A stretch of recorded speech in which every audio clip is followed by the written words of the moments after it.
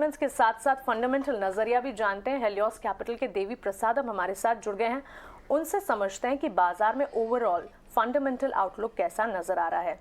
देवी प्रसाद जी, आपका स्वागत है हमारे साथ। ईटी नाउ स्वदेश पर अपना समय देने के लिए आपका शुक्रिया। Good afternoon. दूसरे देशों के मुकाबले भारतीय बाजार की स्थिति अगर देखें, चैलेंजेस काफी सारे दिख रहे हैं, लेकिन भारतीय बाजार तो अपनी पॉजिटिव मोमेंटम पर कामकाज कर रहे हैं। कैसे देख रहे हैं इकोनॉमी की इस चाल को? ग्लोबल सेंटिमेंट्स के चैलेंजेस को मद्देनजर रखते हुए भारतीय बाजार की स्थिति इस वक्त आपके हिसाब से क्या है? पहली बात तो धन्यवाद Mansi ji, Priyanka ji, for having me on your show. And तो बाजार में इंडिया इंडिया इज मैं लास्ट टाइम भी जब आपके चैनल में आया था तो मैंने यही बोला था कि इंडिया काफी रेजिलियंस दिखा रहा था। जो टूटा जो ग्लोबल हेडविंड्स हैं जिनके चलते हमारे बाजारों में प्रेशर आया, जो बैंकिंग प्रेशर जो बिल्ड हुआ है, जो ये जो युद्ध चल रहा है बिटवीन दी सेंट्रल बैंक्स और इन्फ्लेशन, इसका इसका जो हर्जाना है वो अभी बाकी बाजारों में भी भरना पड़ रहा है। और वो हमारे बाजार में भी हमको देखने मिला कि वाईटीडी हम करेक्ट हुए, बट रिलेटिवली अभी भी हम थोड़े से, अगर आप रिलेटिव देखेंगे तो रिलेटिवली अभी भी हम थोड़े से महंगे ही हैं कंपेयर टू आवर एवरेजेस। और वो महंगाई, वो जो थोड़ा सा टैड बिट जो हमारा ओवर स्लाइटली हायर वैल्यूएशन है वो बना भी रहेगा इस करके, क्योंकि जो डोमेस्टिक कंजम्पशन है वो काफी स्ट्रांग है। पहली बार 3 साल हमने देखा कंटिन्यूस ग्रोथ आई है हमारी इकोनॉमी में, और आगे का भी फ्यूचर आउटलुक भी कंजम्पशन का और ग्रोथ का बहुत ही स्ट्रांग दिखता है। अगर आप बैंक्स देखेंगे डोमेस्टिकली, जो जो ग्लोबल इश्यूज हैं उस तरीके से थोड़ा हमारे यहाँ पे वैसे इश्यूज हमको देखने नहीं मिलते, कि हमारे डिपॉजिट जो है, रिटेल डिपॉजिट्स हैं, हमारी लेंडिंग्स खास करके on the banking side, retail, ज्यादातर रिटेल टाइप की लेंडिंग है।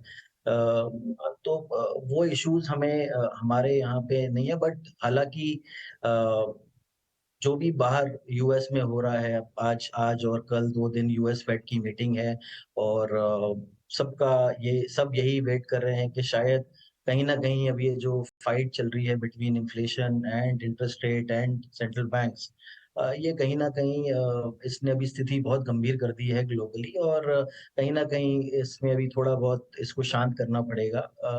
अब वो 2 दिन बाद, आई थिंक कल शाम तक या परसों सुबह तक हमें समझ में आएगा कि क्या हो रहा है। बट सबकी नजरें उस पर टिकी हुई। But India specific domestic issues नहीं है, बट ग्लोबल हेडविंड हैं जो हमको भी वोलेटाइल रखेंगे। काफी सारे इवेंट इस साल में आने वाले हैं, तो वोलेटिलिटी तो रहेगी। बट अगर आप लॉन्ग टर्म आउटलुक देखें, बिग पिक्चर सेंस में देखें, तो India is a great place to be investing. And मेरे हिसाब से जब थोड़ा ये इंटरेस्ट रेट रिजीम और इस पे जब क्लैरिटी आएगी तो will see more investor participation coming in हमारे बाजारों में भी। राइट। गुड आफ्टरनून देवी। बिल्कुल, ये बात तो है, कई सारे रीजंस हैं जो आप बुलिश हो इंडिया पर, लेकिन ना कुछ कंसर्न जो इमीडिएट निकल कर आ रहे हैं इंडियन मार्केट्स के लिए, डोमेस्टिक मार्केट्स के लिए, जो बड़ी वॉइसेस भी बता रही हैं कि कहीं ना कहीं रूरल सेंटिमेंट हर्ट होता हुआ दिखाई देगा, जीडीपी में स्लो डाउन है थोड़ा सा, और ये बड़े रीजन है। कॉर्पोरेट ग्रोथ को लेकर भी कंसर्न्स है। ये कुछ इंटरनल रीजंस डोमेस्टिक मार्केट के लिए क्या साइड करने चाहिए इस वक्त जो हम जूझ रहे हैं, क्योंकि हम लगातार अंडर परफॉर्म कर रहे हैं as compared to overseas markets? तो हम तो हम हाँ, तो हम एक्चुअली आउट परफॉर्म भी कर रहे थे पीयर्स को, और वो जो लैग इफेक्ट के साथ में जो रेट रिजीम हमारे डोमेस्टिकली भी चेंज हुआ है, उसका प्रेशर तो आता ही है पूरे ओवरऑल कंजम्पशन पैटर्न पे। तो बिल्कुल मेरे हिसाब से वो फटीग तो आएगा, क्योंकि वो लैग इफेक्ट के साथ आता है तो थोड़ा। बट मेरे को नहीं लगता है कि हम इतने प्रेशर में जाएंगे इस साल सिस्टमिक अपने डोमेस्टिकली। बट हाँ, थोड़ा लैग इफेक्ट से असर तो हमारे पे भी रहेगा। हमारे यहाँ भी जो इंटरेस्ट रेट है, और मेन क्या होगा कि जैसे यूएस में अगर आप देखें तो वहाँ पे जो भी बैंकों के साथ हुआ है, उसका एक इम्पैक्ट तो हमारे यहाँ भी होगा कि पीपल विल बिकम बहुत cautious in terms of lending. और थोड़ा क्या है कि क्रेडिट क्वालिटीज, मतलब, और उस पे थोड़ा और ध्यान जाएगा, तो थोड़ा लेंडिंग टाइट होगा। उसका भी इम्पैक्ट आता है कॉर्पोरेट्स पे, जो मतलब जो जो जो लार्ज कॉर्पोरेट्स होते हैं उनको इम्पैक्ट नहीं आता, बट जो एसएमईज और जो मिड साइज कंपनीज होती हैं उनमें काफ़ी हद तक इम्पैक्ट आता है, राइजिंग रेट का भी और उसके रेपरकशंस का भी। तो हाँ, थोड़ा बहुत स्लो डाउन तो देखने मिलेगा अपनी इकोनॉमी में भी, और व्हिच इज़ जो people are also guiding to, but या मैं इस बात से सहमत हूँ कि थोड़ा बहुत स्लो डाउन आएगा, और साल भी बाजार के, ग्लोबल बाजार के हेडविंड के चलते थोड़ा वोलेटाइल भी रह सकता है, but long term structure intact रहेगा, ऐसा मेरा मानना है।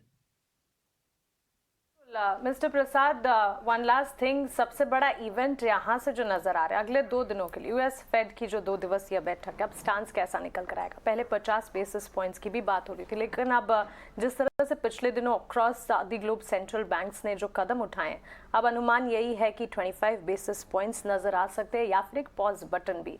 किस तरह के सेंटिमेंट्स ग्लोबल मार्केट से यूएस फेड की इस 2 दिवसीय बैठक से निकल कर आएंगे आपके हिसाब से? देखिए, जो टर्मिनल रेट है वो तो मेरे हिसाब से आई थिंक जो उसकी प्रोबेबिलिटीज़ है वो तो ड्रास्टिकली डाउन हुई है। पहले बात हो रही थी कि 5.25 भी जाएगा। लास्ट टाइम जब उन्होंने फ़रवरी फर्स्ट वीक में जब कमेंट्री दी थी तो बहुत हॉकिश कमेंट्री थी, और ऐसा अनुमान भी लगाया जिसके चलते बाज़ारों में थोड़ी गिरावट भी आई कि अब ये 5.75 6% की भी बातें चलने लगी थी। बट जिस तरीके की हालात वहाँ पे हैं आज, जिस तरीके के बैंकिंग सिस्टम में प्रेशर बिल्ड हुआ है, मुझे नहीं लगता कि फेड उसको इग्नोर करना चाहेगा। हो सकता है कि 25 बिप्स का हाइक कर दें, थोड़ा इन्फ्लेशन को मद्देनज़र रखते हुए, और फिर उसके बाद एक सॉफ्ट कमेंट्री दें कि जिसके चलते थोड़ा अकोमोडेटिव, या आने वाले टाइम में अकोमोडेटिव होने की या फिर इसको प्रोलॉन्ग करने की एक कमेंट्री हो सकती है। बट जो जिस तरीके का जो स्ट्रेस बिल्ड हुआ है यूएस के सिस्टम में, मुझे नहीं लगता है कि अब ऐसा ऐसा वो सीन बचा है कि वो उसको इग्नोर कर सकते हैं। आई थिंक काफ़ी हद तक प्रेशर बिल्ड हुआ है, और वो फिर दूसरे लेयर्स में भी स्प्रेड होता है, जो उनके मॉर्टगेज बैक्ड लोन्स होते हैं बैंकों के, और इनमें भी हाई रेट का, क्योंकि आप देखिए कि ये जो रेट रिजीम है ये काफ़ी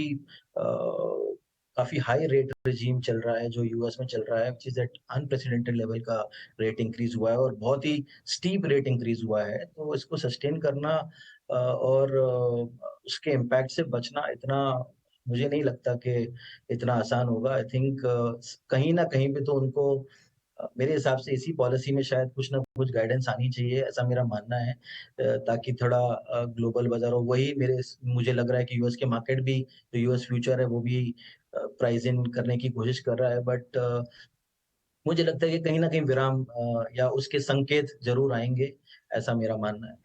नहीं, एब्सोल्युटली देवी, वो तो एक सिनेरियो बनता हुआ दिख रहा है कि शायद यहाँ से एक पॉज हो, या फिर जो कंसेंसस है वो 25 बीपीएस का है। देखना होगा, बुधवार को कमेंट्री निकल कर आएगी, हम थर्सडे को रिएक्ट करेंगे, लेकिन बाजार उसको अभी से चेरिश भी जरूर कर रहे हैं। शुक्रिया देवी आज समय देने के लिए, और ये सारे व्यूज हमारे व्यूज तक पहुंचाने के लिए बहुत बहुत शुक्रिया। चलिए बाजार पर अब एक टेक्निकल नजरिया भी लेते हैं हम।